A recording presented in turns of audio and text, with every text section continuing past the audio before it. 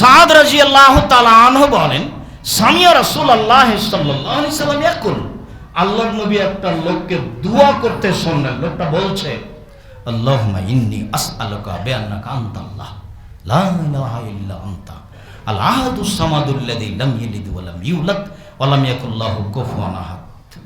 আল্লাহ, তোমার কাছে চাচ্ছি এই জন্য যে তুমি আল্লাহ, এই জন্য তো তোমার কাছে চাচ্ছি। আল আহাদুস সামাদ, তুমি একক, নিরপেক্ষ, মুখাপেক্ষী। আল্লাযী লাম ইয়ালিদ ওয়া লাম ইউলাদ ওয়া লাম ইয়াকুল লাহু কুফুয়ান আহাদ, যে কাউকে জন্ম দেয়নি, যে কারো কাছ থেকে জন্ম নেয়নি, যার সমকক্ষ কেউ নেই, তাই তো তোমার কাছে চাচ্ছি। তুমি নিরপেক্ষ, মুখাপেক্ষীহীন, তুমি একক, তুমি কাউকে জন্ম দাওনি, তুমি কারো থেকে জন্ম নেওনি, তোমার সমকক্ষ কেউ নেই, তাই তো তোমার কাছে চাচ্ছি। রাসূল সাল্লাল্লাহু আলাইহি সাল্লাম বলেন, দাল্লাহ বিসমিল আযম, লোকটি ইসমে আজম দিয়ে দোয়া করেছে, লোকটি ইসমে আজম দিয়ে দোয়া করেছে, লোকটি ইসমে আজম দিয়ে দোয়া করেছে। এজা সয়লা বিহি আতা, এই দিয়ে চাইলে দিয়ে দেওয়া হয়। ওই যা দয়া বিহি আজাবা, এই দিয়ে প্রার্থনা করলে কবুল করা হয়। এই দিয়ে চাওয়া হলে দিয়ে দেন, এই দিয়ে প্রার্থনা করলে মেনে নেন, এই দিয়ে চাইলে দিয়ে দেন, এই দিয়ে প্রার্থনা করলে মেনে নেন। সেটা হলো ইসমে আজম। বুরায়দা রাদিয়াল্লাহু তাআলা আনহু বলেন, রাসূল সাল্লাল্লাহু আলাইহি ওয়াসাল্লাম বলেছেন, দাওয়াতু জিন্নুনে ইজা দারাবাহু ফি বাতনিল হুত, মাছ আল্লাহর দোয়া যখন তিনি মাছের পেটে বলেন, মাছ আল্লাহর দোয়া যখন তিনি মাছের পেটে বলেন, তার মানে ইউনূস আলাইহিস সালাম যখন তিনি বলেন, লা ইলাহা ইল্লা আনতা সুবহানাকা ইন্নী কুনতু মিনাজ জালিমিন, আল্লাহ বলেন ইউনূসকে আমি কিয়ামত পর্যন্ত মাছের পেটে রেখে দিতাম এই দোয়া না পড়লে। পৃথিবীর মানুষ শুনে রেখো, যে কোনো মুমিন পুরুষ নারী বিপদে পড়লে এটা বললে আমি তাকে বাঁচিয়ে দিব। মুহাম্মদ সাল্লাল্লাহু আলাইহি সাল্লাম বলেন, লাম ইয়াদু বিহা রাজুলুন মুসলিম ইল্লা ইস্তাজাবাল্লাহু লাহু, যে কোনো পুরুষ, যে কোনো নারী, যে কোনো পুরুষ, যে কোনো নারী, যে কোনো সমস্যায় দোয়া ইউনূস বলে আমাকে বলবে, আমি তার কথা মেনে নিব। এ কথা মুহাম্মদ সাল্লাল্লাহু আলাইহি সাল্লাম বলেন। তাহলে ইসমে আজম হয়ে গেল দুইটি, একটা আল্লাহুম্মা বিআন্নাকা আনতাল্লাহ, আল্লাহুম্মা ইন্নী আসআলুকা বিআন্নাকা আনতাল্লাহ লা ইলাহা ইল্লা আনতাল আহাদুস সামাদুল্লাযী লাম ইয়ালিদ ওয়া লাম ইউলাদ ওয়া লাম ইয়াকুল লাহু কুফুয়ান আহাদ। আর একটা হলো দোয়া ইউনূস, লা ইলাহা ইল্লা আনতা সুবহানাকা ইন্নী কুনতু মিনাজ জালিমিন। তারপরের কথা, উমর ইবনুল খাত্তাব রাদিয়াল্লাহু তাআলা আনহু বলেন, রাসূল সাল্লাল্লাহু আলাইহি সাল্লাম বলেছেন, ইন্না দুআ মাওকুফুন বাইনাস সামাই ওয়াল আরদি লা ইয়াসআদু শাইউন মিনহু ইল্লা আন তুসাল্লিলা নাবিকা। তোমরা যদি দরুদ না পড়ো তাহলে তোমাদের দোয়া প্রার্থনা আকাশের উপরে যাবে না, আকাশ জমিনের মধ্যে ঝুলন্ত থেকে যাবে। যদি দরুদ না পড়ো তাহলে তোমাদের দোয়া কবুল হবে না, আকাশ জমিনের মধ্যে ঝুলন্ত থেকে যাবে। তাহলে এক নম্বরে হলো ইসমে আজম, দুই নম্বরে হলো দরুদ, তিন নম্বরে পদ্ধতি। ইবনে আব্বাস রাদিয়াল্লাহু তাআলা আনহু বলেন, রাসূল সাল্লাল্লাহু আলাইহি ওয়াসাল্লাম বললেন,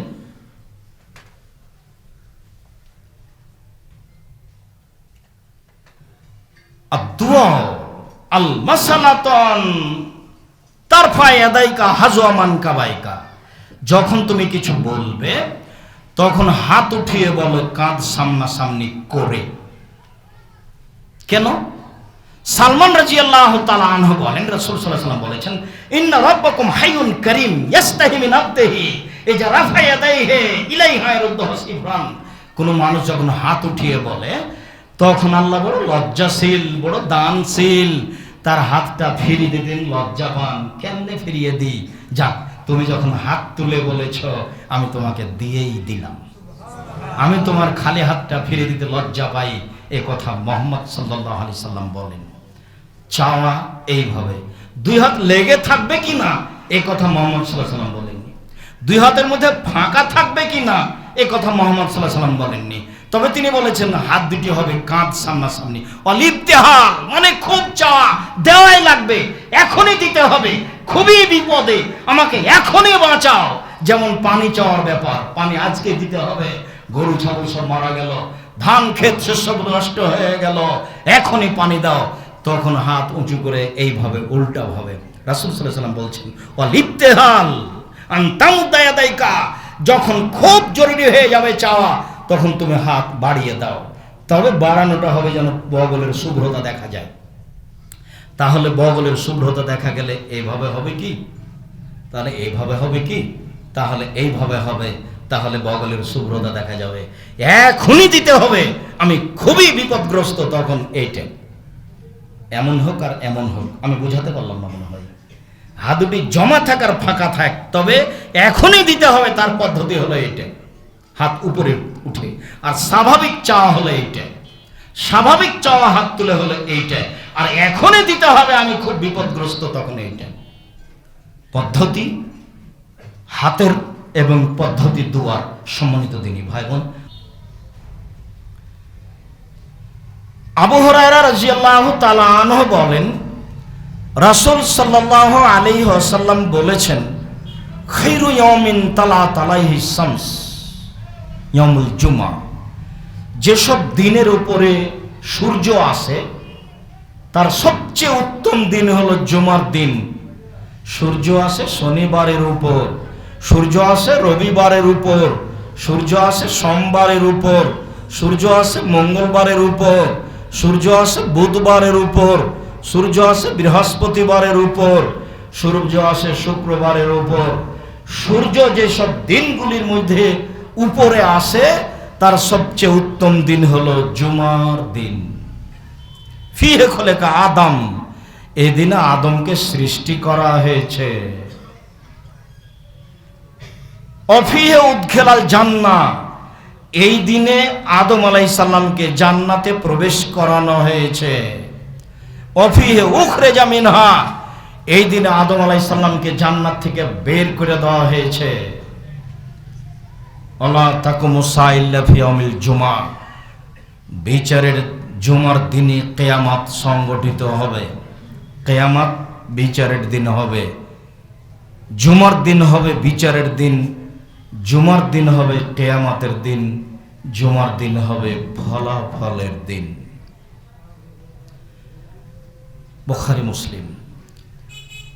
আবু হুরায়রা রাদিয়াল্লাহু তাআলা আনহু বলেন রাসূল সাল্লাল্লাহু আলাইহি ওয়াসাল্লাম বলেছেন খায়রু ইয়াউমিন তালাত আলাইহি শামস, সবচেয়ে উত্তম দিন জুমার দিন, সবচেয়ে উত্তম দিন জুমার দিন।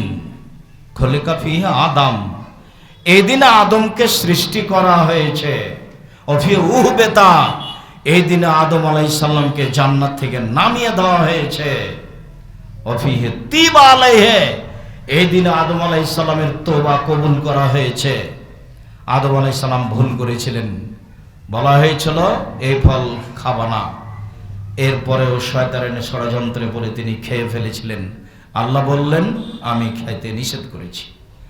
তখন স্বামী স্ত্রী দুইজন বলতে লাগলেন রব্বানা যালামনা আনফুসানা ওয়া ইল্লাম তাগফির লানা ওয়া তারহামনা লানাকুনান্না মিনাল খাসিরিন, হে আমাদের প্রতিপালক, আমরা ভুল করে ফল খেয়ে অন্যায় করেছি, তুমি যদি ক্ষমা না করো, তুমি যদি দয়া না করো, তাহলে আমরা ক্ষতিগ্রস্তদের অন্তর্ভুক্ত হব, আমরা বিপদগামী হব। তুমি আমাদের দয়া করে ক্ষমা করে দাও, তুমি দয়া করে আমাদের প্রতি দয়া করো। এইভাবে বলতে বলতে বলতে বলতে এক পর্যায়ে আল্লাহ বললেন আচ্ছা ঠিক আছে, তোমাদের ভুল মাফ করা হলো। সেদিন ছিল জুমার দিন।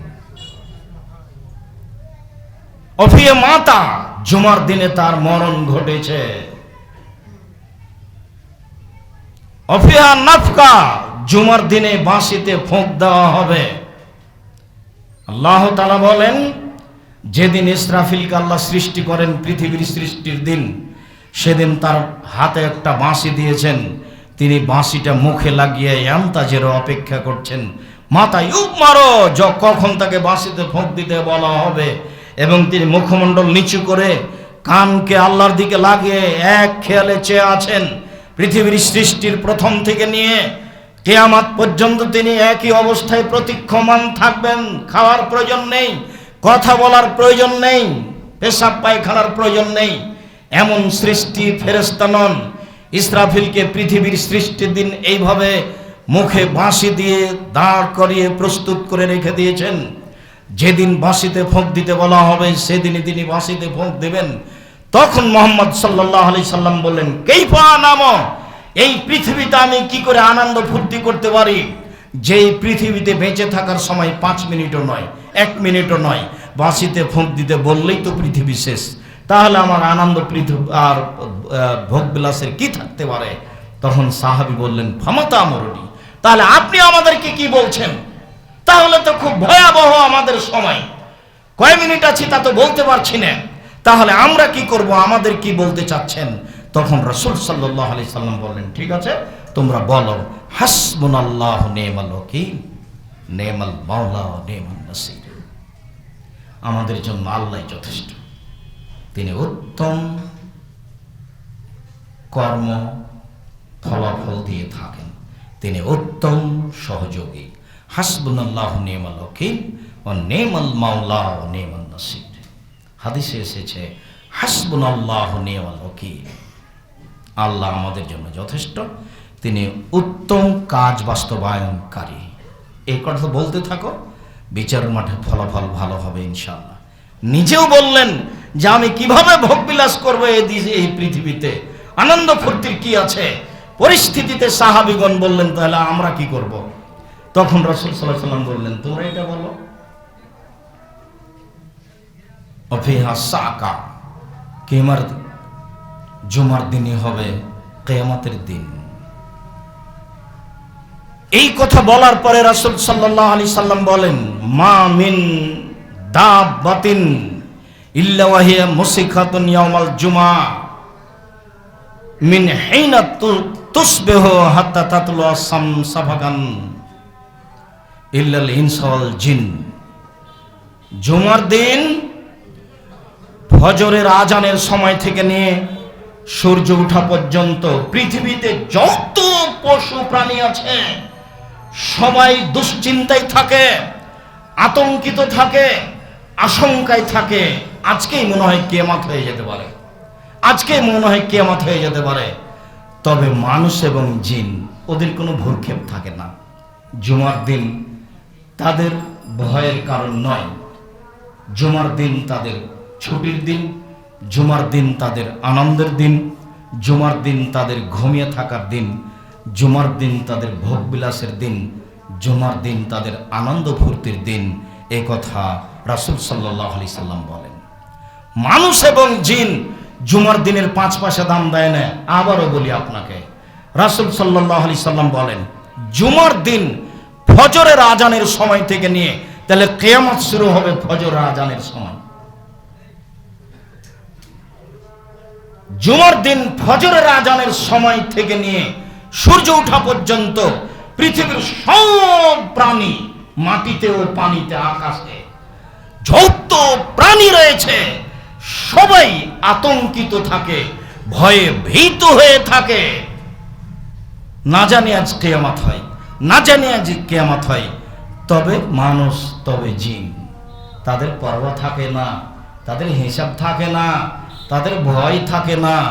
জুমার দিন কিয়ামতের দিন, এ ব্যাপারে তারা পরোয়া করে না।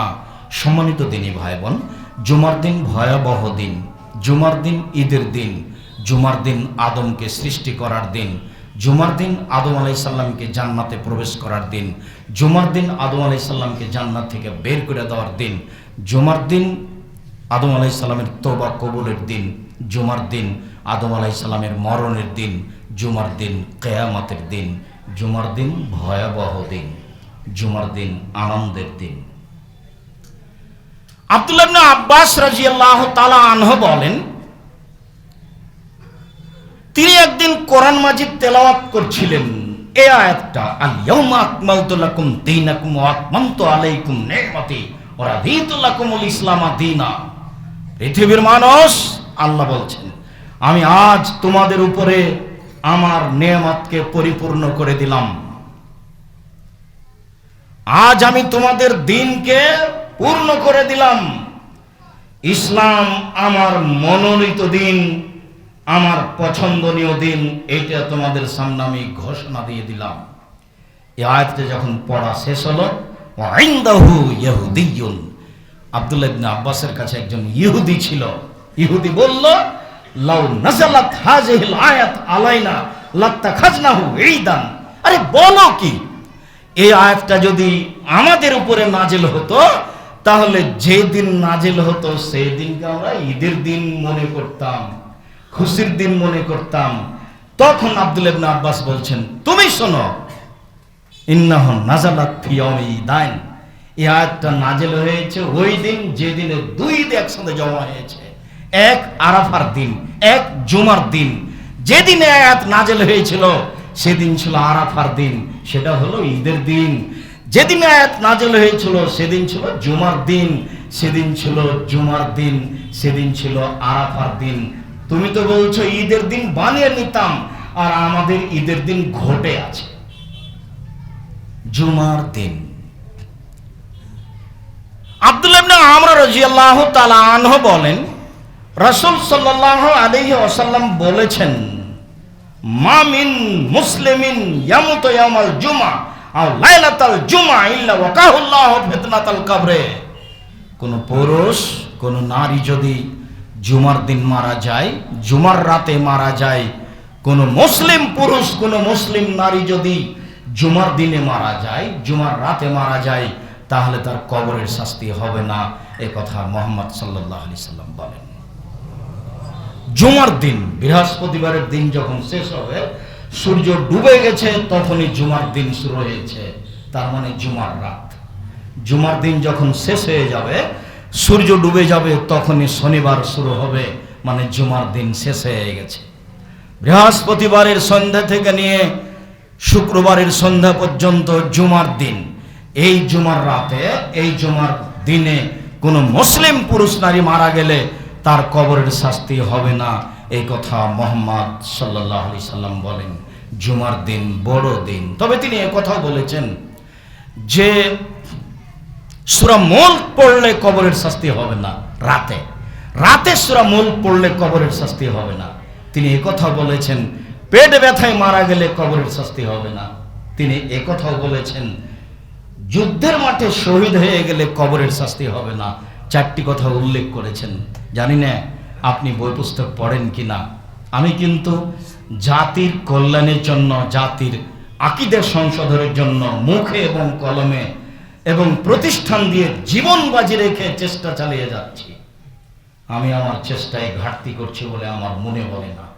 সেই চেষ্টার ভিত্তিতে গড়তে যাচ্ছি জামিয়া সালাফিয়া তেঘরা, বিরল, দিনাজপুর, উত্তরবঙ্গের জনগণ, দিনী ভাই বোনের জন্য। সেই আপ্রাণ চেষ্টার ফলাফলে জামিয়া সালাফিয়া ডাঙ্গিপাড়া, পাবা, রাজশাহী, সেই চেষ্টার বিনিময়ে জামিয়া সালাফিয়া হাঁটাবো, বীরহাটাবো, রূপগঞ্জ, নারায়ণগঞ্জ, ঢাকা। সেই চেষ্টার প্রচেষ্টায় জামিয়া সালাফিয়া 6 মাইল, বাবুগঞ্জ, বরিশাল, সময়ের গতিতে আরো। সেই চেষ্টার ভিত্তিতে জাতির সামনে মুখে চূড়ান্ত সঠিক কথা বলার চেষ্টা করছি, কোনোদিন পিছপা হয়নি। যে কোনো সমস্যার মুখোমুখি হলেও সেই চেষ্টার বিনিময়ে কলমে পেশ করে আসছি জাতির সংশোধনের জন্য। তারই একটা বই হচ্ছে উপদেশ। সেই বইয়ে লেখা আছে এক জায়গায় যে কোন কোন দিন মারা গেলে কবরের শাস্তি হয় না। জানি না উপদেশ বই আপনার কাছে আছে কিনা, জানি না কে বড় ক্ষতিগ্রস্ত, কে বড় লাভবান আপনার কাছে আছে কিনা। অল্প পয়সার বিনিময়ে আপনি এই বইটা সংগ্রহ করতে পারছেন না। আপনি কি দিয়ে নিজেকে বলছেন আমি আকীদা সংশোধন করেছি, তা আমি বুঝি না। আমি আপনার দ্বীনী ভাই, আপনার দ্বীনী ভাই হিসাবে জীবন বাজি রেখে চেষ্টা চালিয়ে যাচ্ছি জাতির সংশোধনের জন্য, সঠিক দিনের জন্য। মাসিক আল ইতিসাম পত্রিকা আপনি পড়েন কিনা আমি জানি না। 12 জন মুফতি দিয়ে লক্ষ লক্ষ টাকা খরচ করে মাসিক আল ইতিসাম পত্রিকা আপনার জন্য বের করি, 50টা প্রশ্নের উত্তর দিয়ে। আমি জানি না আপনি কতদূর সাথে আছেন। বহুদিন বলেছি, বক্তব্যের সাথে মুনাফিকি করিয়েন না। আল্লাহর কসম, আল্লাহে আল্লাহর কসম, আল্লাহে আল্লাহর কসম, আল্লাহে আল্লাহর কসম, আমি আব্দুর রাজ্জাক বিন ইউসুফ 90 সাল থেকে না আজ পর্যন্ত জাতির সামনে কোনোদিন সরিষার সম পরিমাণ নিজস্ব স্বার্থ নিয়ে দাঁড়ায়নি। যতদিন পর্যন্ত দেহে শ্বাস আছে, মানুষের সামনে দাঁড়াতে পারবো ততদিন পর্যন্ত সরিষা সমপরিণয় স্বার্থ নিয়ে দাঁড়াবো না ইনশাআল্লাহ। বিনিময়ে মানুষের কাছে চাইনি, বিনিময়ে আল্লাহর কাছে চেয়েছি। বলেছি যদি নিজের কর্ম দিয়ে ইবাদত দিয়ে সফলতা অর্জন করতে না পারি, তাহলে যারা কোরআন হাদিস মানছে ওদের মাধ্যমে কিছু নেকি পাবো, ওইটা দিয়ে তুমি কঠিন দিনে একটু পার করে দিও, তুমি সর্বশক্তিমান, তুমি সবকিছু করতে পারো। সম্মানিত দিনী ভাই বোন, বলছিলাম কবরের শাস্তি হয় না জুমার দিন মারা গেলে, কবরের শাস্তি হয় না সূরা মুলক রাতে পড়লে, কবরের শাস্তি হয় না পেট ব্যথায় মারা গেলে, কবরের শাস্তি হয় না শহীদ হয়ে গেলে। শহীদের কথা বলতে পারি না, পেট ব্যথার কথা বলতে পারি না, জুমার দিনে মরণ হবে কিনা তা বলতে পারি না। তিনটাই কঠিন, একটাই সহজ, সেটা হলো রাতে সূরা মুলক পড়া। যে কোনো মূল্যে সূরা মুলক শিখতেই হবে, রাতে পড়াতে অভ্যাসী হতেই হবে।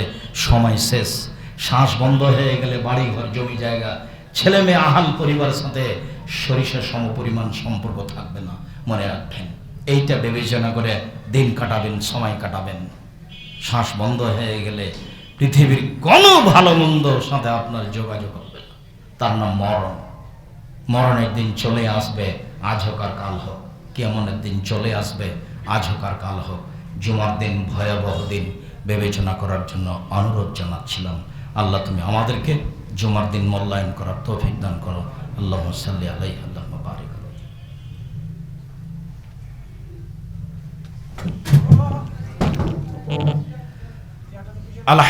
আসসালাতু ওয়াসসালামু আলা মান লা নাবিয়্যা বাদা।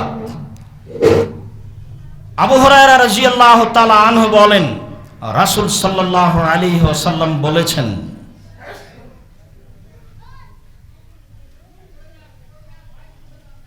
ফিহে খুলিকা আদম, জুমার দিনে আদমকে সৃষ্টি করা হয়েছে। অফিহ উহবেতা, জুমার দিনে আদমকে নামিয়ে দেওয়া হবে জান্নাত থেকে। অফিহা নাফকাত, যে আমাদের কিয়ামতের দিন জুমার দিনই বাঁশিতে ফোঁক দেওয়া হবে, জুমার দিনই কিয়ামত সংগঠিত হবে। পৃথিবীর মানুষ ফাকসিরু আলাইয়া সালাতা ফিহে, জুমার দিনে তোমরা আমার উপরে বেশি বেশি দরুদ পাঠ করো।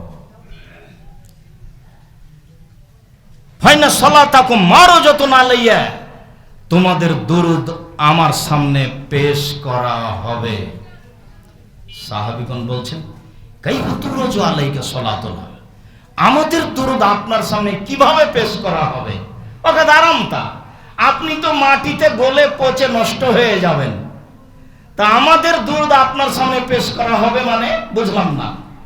তখন রাসূল সাল্লাল্লাহু আলাইহি সাল্লাম বলছেন, মনে রেখো, ইন্নাল্লাহা হাররামা আলাল আরজে আজসাদাল আম্বিয়া, নবীগণের শরীর মাটির উপরে হারাম করা হয়েছে, মাটি খাবে না।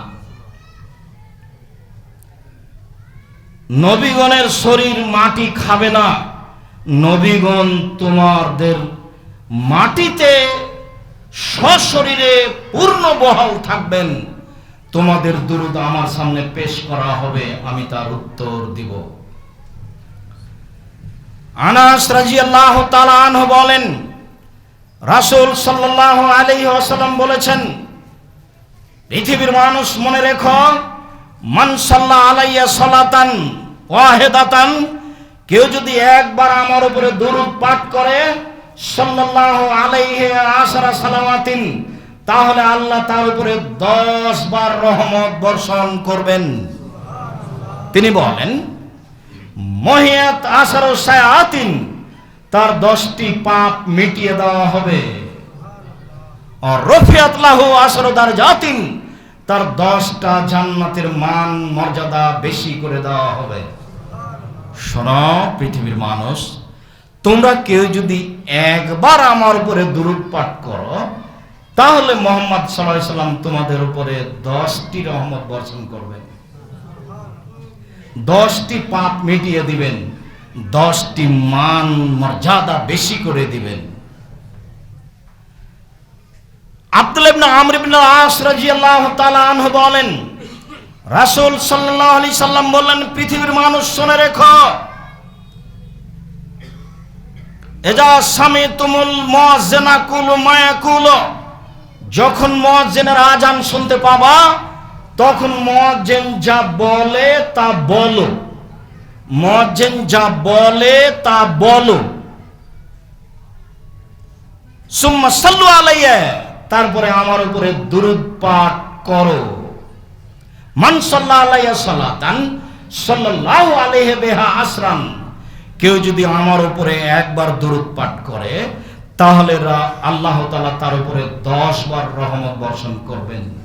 তিনি বলেন সাল্লাল্লাহু আলাইহি ওয়াসাল্লাম, দুরূদ পাঠের পরে আমার জন্য আল্লাহর কাছে জান্নাতে একটা দামি জায়গা আছে, তার নাম ওয়াসিলা, এটা চাও।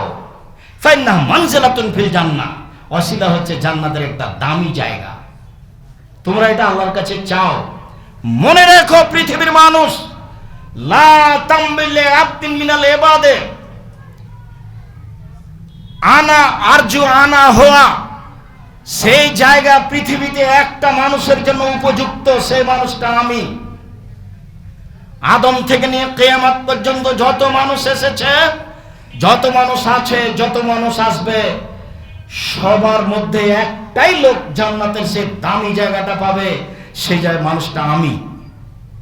তবু আমি তোমাদেরকে বলছি, সারা পৃথিবীর মানুষ পুরুষ নারী কিয়ামত পর্যন্ত আল্লাহকে বলো, আল্লাহ তুমি এই জায়গাটা মুহাম্মদ সাল্লাল্লাহু আলাইহি ওয়াসাল্লামকে দিয়ে দাও।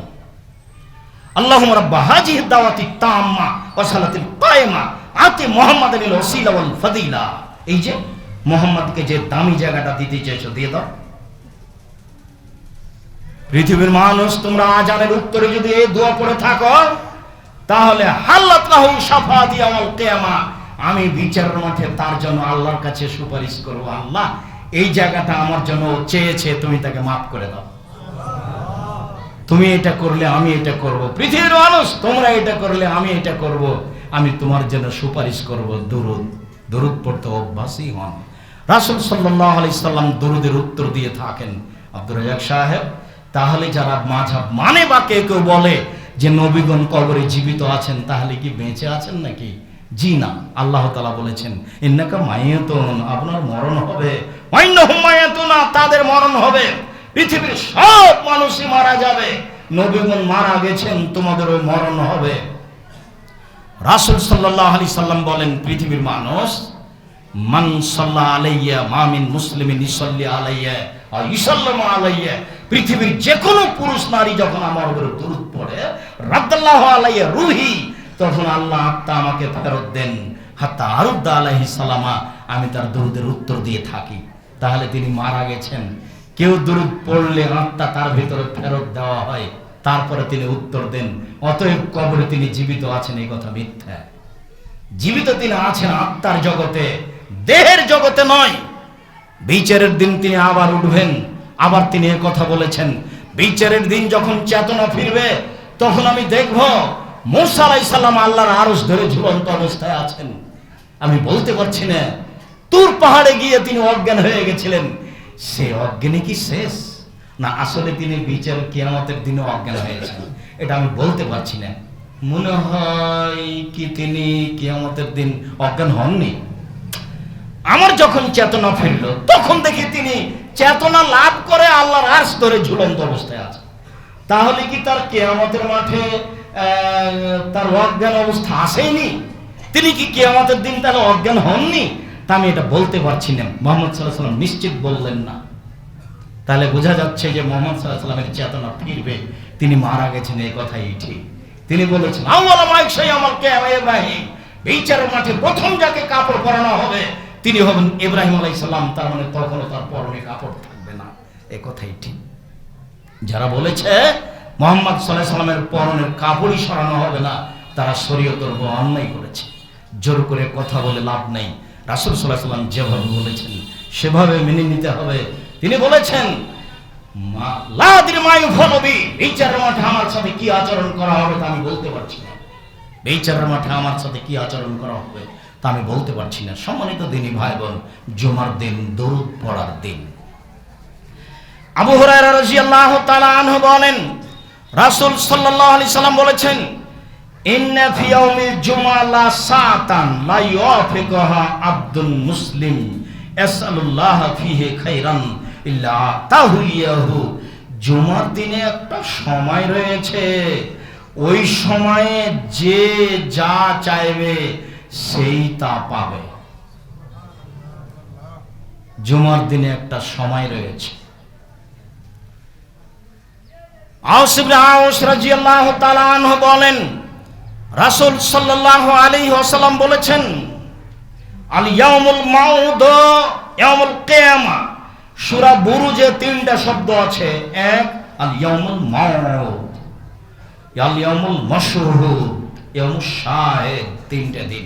তো রাসূল সাল্লাল্লাহু আলাইহি ওয়াসাল্লাম বলছেন, আল ইয়াউমুল মাউদ হচ্ছে কিয়ামতের দিন, ইয়াউমুস শাহিদ হচ্ছে আরাফার দিন, ইয়াউমুল মাশহুদ হচ্ছে আরাফার দিন, আর ইয়াউমুস শাহিদ হচ্ছে জুমার দিন। মা তালাত ওয়ালা গারাবাত আফজালা মিনহু।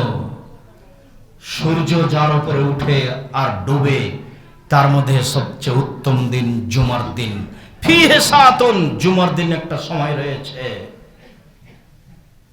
লা ইয়াফিকু আব্দুল মুমিন, যে কোনো মুমিন পুরুষ নারী সেই সময়ে আল্লাহ বিখাইরিন, যে কোনো কল্যাণ চায়, ইল্লা আতাহু, আল্লাহ তাকে দিয়ে দেন। ওয়ালা ইস্তাইজু মিন শাইইন ইল্লা আযাহুল্লাহ, ওই সময়ে যে কোনো বিপদ থেকে বাঁচতে চায় আল্লাহ তাকে সে বিপদ থেকে বাঁচিয়ে দেন। জুমার দিনে একটা সময় রয়েছে, যেই সময়ে যে যা পাবে চাইবে সে তা পাবে। যে বিপদ থেকে বাঁচতে চাইবে তাকে বিপদ থেকে বাঁচিয়ে দেওয়া হবে সেই সময়। আবু হুরায়রা রাদিয়াল্লাহু তাআলা আনহু বলেন, রাসূল সাল্লাল্লাহু আলাইহি সাল্লাম বলেছেন, জুমার দিনে একটা সময় রয়েছে, মুসলিম কায়েম ইসল্লি ইয়াসাল্লাহ শাইআন ইল্লা আতাহু। জুমার দিনের সময়টা হচ্ছে যখন জুমার সালাত চলে, তখন ওই সময়ে যে যা চাইবে তাকে তা দেওয়া হবে। মুসলিম। অত্র হাদিসে বলা হলো সময়টা সালাতের সময়। আর এক হাদিস রাসূল সাল্লাল্লাহু আলাইহি সাল্লাম বলেন, জুমার দিনের সময়টা ইয়াজলিসাল ইমাম হাত্তা তুবজাস সালাত ইলা আন তুবজাস সালাত। জুমার দিনের সময়টা আজান থেকে নিয়ে সালাত শেষ হওয়া পর্যন্ত সময়। 2, 3, রাসূল সাল্লাল্লাহু আলাইহি সাল্লাম বলেন, ইলতামিসু সাআতা আল্লাতী তুরজা ফি ইয়াউমিল জুমআ বাদা সালাতিল মাগরিব ইলা গায়বুবাতিস শামস। জুমার দিনের সময়টা তোমরা অন্বেষণ করো মাগরিবের পর থেকে নিয়ে সূর্য ডোবা পর্যন্ত। সম্মানিত দিনী ভাই বোন, জুমার দিনের গুরুত্বপূর্ণ সময়, যা চাইবে তাই পাওয়া যাবে সেই সময়। সব আলোচনার শেষ আলোচনা হলো সেইটা হলো জুমার দিন আসরের পর থেকে নিয়ে সূর্য ডোবা পর্যন্ত সময়। যে সময় আপনার আমার গল্পের সময়, যে সময়টা আপনার আমার আড্ডা পিটার সময়, যেই সময়ে ছেলেদের খেলাধুলা করার সময়, এই সময়টায় আসর সময়। এটাই সব আলোচনা সাপেক্ষে বলা হয়েছে আসরের পর থেকে নিয়ে সূর্য ডোবা পর্যন্ত সময়। সম্মানিত দিনী ভাই বোন, যা চাইবো তাই পাবো, বিপদ থেকে বাঁচতে চাইলে বেঁচে যাব, সেই সময়টা আসরের পর থেকে নিয়ে সূর্য ডোবা পর্যন্ত সময়।